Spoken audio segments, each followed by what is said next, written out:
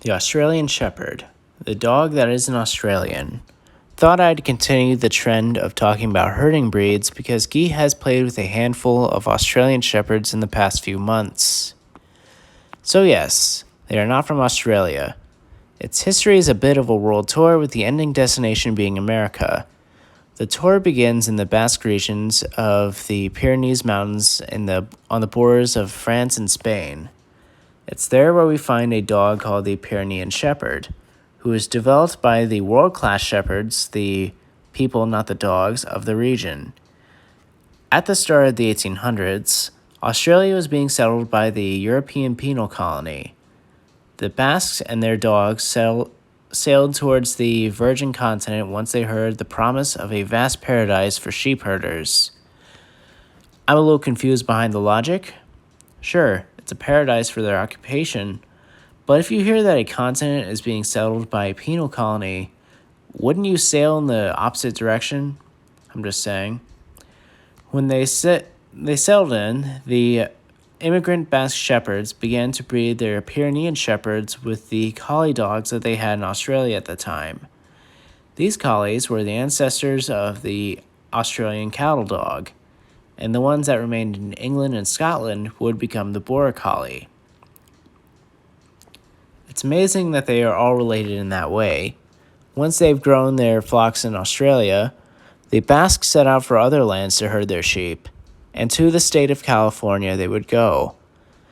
It's here that the dogs would take their final form and become what we know and live with today. It's believed that they became known as the Australian Shepherd and not the American Shepherd because the Americans assumed that they were a native Australian breed. After being refined in America, the breed became swept into the cowboy culture, working on farms and ranches, and they would even be used in rodeos as trick dogs. They herd in a standing loose-eyed style like the German Shepherd does. They don't crouch and stare constantly like a Border Collie, and they draw even more differences by being close to their handlers when working. Despite wanting input from their handlers, they are capable of creative thinking and will do things by themselves occasionally. Today, the Australian Shepherd is not only used in herding, but also as therapy dogs, scent work, service dogs, and search and rescue dogs. They are currently ranked 12th in popularity according to the AKC. They are incredibly versatile and can make very good companions in active homes. Because they were bred to work close to their handlers, they are a Velcro breed. If you are unfamiliar with the term, it means the dog is near its owner constantly. The levels can vary depending on the Velcro breed. Some will just move to be in the same room as you. Others, like a Weimaraner for instance, will be so obsessed with you that they will act like they want to live inside of your body to make sure that they don't lose track of you. It can be a blessing or a curse. I can't say how the Australian Shepherd would be, but I assume they would want input from you regularly because they were bred to work. Australian Shepherds also have some watchdog instincts because they were bred to protect the flocks and the farmer's family. This is especially true for working lines, but it may or may not be present in show lines. Most people who want an Aussie to be a family companion want their dog to be friendly and not really wary as strangers. It is for this reason that the people who breed show lines tend to be indifferent towards watchdog qualities. Other than that, the difference between show and working lines is that show lines have softer coats and are a bit larger. From the sources I have found, show lines are still driven to herd, but that drive is probably still less than a working line Aussie. It's important to give them a lot of mental stimulation and exercise to satisfy their drive. If not, they will likely be destructive, vocal, and they'll be bouncing off the walls. Males are 20 to 23 inches at the withers and weigh 50 to 65 pounds. Females are 18 to 21 inches at the withers and weigh 40 to 55 pounds. There are a few concerns regarding the breed's health, 1 in 5 Australian Shepherds are born with naturally bobbed tails. Farmers will dock the dog's tails if they were born with a bushier tail to prevent the dog from receiving injuries while on the job, especially if they're herding cattle. The dogs with naturally bobbed tails would be naturally desired, be desired more for this type of work because they don't have to go through the trouble of docking. However, if a breeder has a pairing of a naturally bobtail to another naturally bobtail dog, this may produce pups with spinal problems. It's best to produce a bobtail dog with a long-tailed dog to produce healthy puppies. A similar problem that is commonly seen is when breeders pair together a merle-coated dog with another merle-coated dog. The puppies from these kinds of litters will likely be blind, deaf, or both. There is a large rescue community for these blind and deaf pups if you're willing to adopt a dog with special needs. There is usually one every year in the puppy bowl. It's important that if breeders want to produce merle dogs that they choose to pair them with a non-merle dog. That goes for any breed that comes in merle. Other than those issues, there are other common problems like hip dysplasia and some eye problems. They tend to be very healthy and have a life expectancy of 12 to 15 years.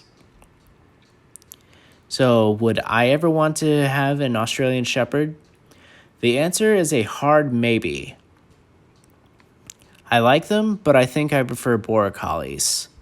All of the Australian Shepherds I've met have been quite friendly. The first 2 dogs Ski has played with at the dog park were Australian Shepherds.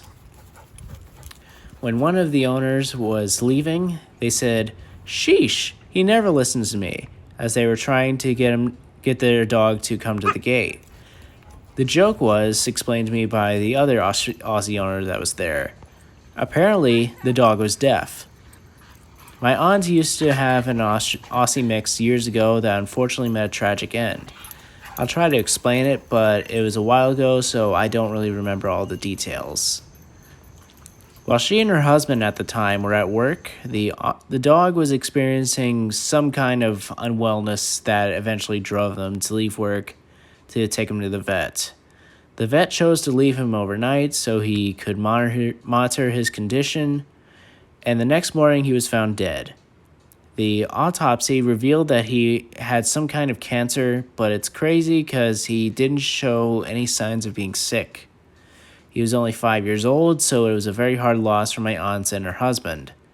He was very smart. He'd bring in the paper, he'd stay in the yard without a fence, and could do other tricks. Believe me, I know it's hard to lose a dog, and no amount of time that we get with him can ever feel like enough. But my aunt's husband went to a very weird place with his grief. He would post about him constantly on Facebook for over a year, even after they got another dog. He even drew comparisons in his posts. To make it weirder, he made a whole website dedicated to his memory and called it "What Would Logan Do?" His own family, who was experiencing the same loss, thought he was taking it too far.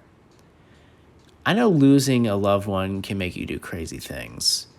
When Tilly died, I collected some of her shed hairs and put them in a bag in hopes that she may be cloned someday. Even though now I know better. But if you ever find yourself making a website and comparing your current dog to your last one and saying publicly that they aren't as good, see a therapist. Sorry I got off track there. The guy was a douchebag. The Australian Shepherd is a very intelligent dog and a loyal companion. I'm surprised I couldn't think of many movies like I normally do that have them in the spotlight.